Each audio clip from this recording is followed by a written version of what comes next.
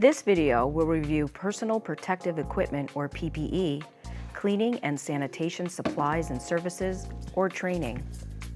You can use grant money from this option to pay for things like personal protective equipment, cleaning and sanitation supplies and services, or training and professional development on health and safety practices. Let's look at each of these components more closely to see what they might look like in practice and how you can document paying for them. You can use money from this option to pay for personal protective equipment, PPE, like gloves, masks, digital thermometers, goggles, face shields, and even diaper changing table paper. You can reach out to your regulator or enrollment agency if you need help finding places to buy PPE supplies. You can also use these grant funds to buy cleaning and sanitation supplies and services. Cleaning and sanitation supplies can include, but not be limited to, cleaning and disinfecting wipes, air ventilation systems, including fans, filters, air purifiers, HEPA cleaners, HVAC maintenance, window screens, and others.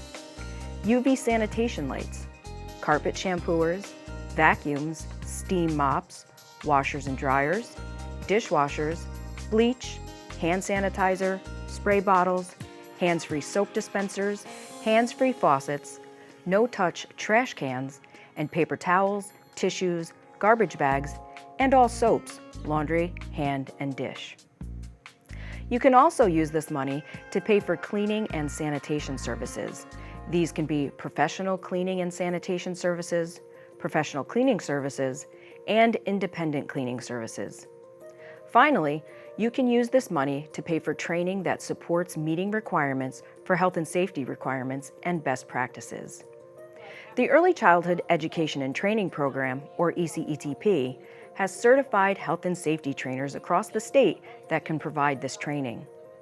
Your two options are a 15-hour health and safety classroom training for family daycare, group family daycare, and school-age childcare and daycare center staff, or a 15-hour health and safety classroom training for enrolled legally exempt directors and school-age childcare and daycare center directors. You can find more information on health and safety requirements and training by talking to your regulator or healthcare consultant, contacting your local Child Care Resource and Referral Agency, or CCR&R, or visiting the Early Childhood Education and Training Program website. It's important to note that these examples are not an exhaustive list. You don't have to use money from this option to buy things specifically designed in response to COVID-19, like face masks. You can use this money to pay for other equipment, supplies, and services. But be sure to keep records of all your purchases and payments for any supplies and services you do purchase.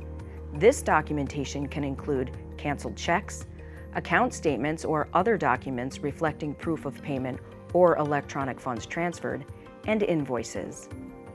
Remember, you do not have to submit receipts or invoices to get your grant money, but you do have to document how you spend it. And you'll need to keep those written or electronic records for at least 5 years. Your program could be the subject of an audit on how you use the federal funds to assist your program. And if that happens, you'll need to be able to show how you spent your grant money and that it was used to improve your program or help it recover from the COVID-19 public health emergency. For more information on cleaning and sanitation supplies and services or training, contact your CCR&R, enrollment agency, union representative, or WEDCO.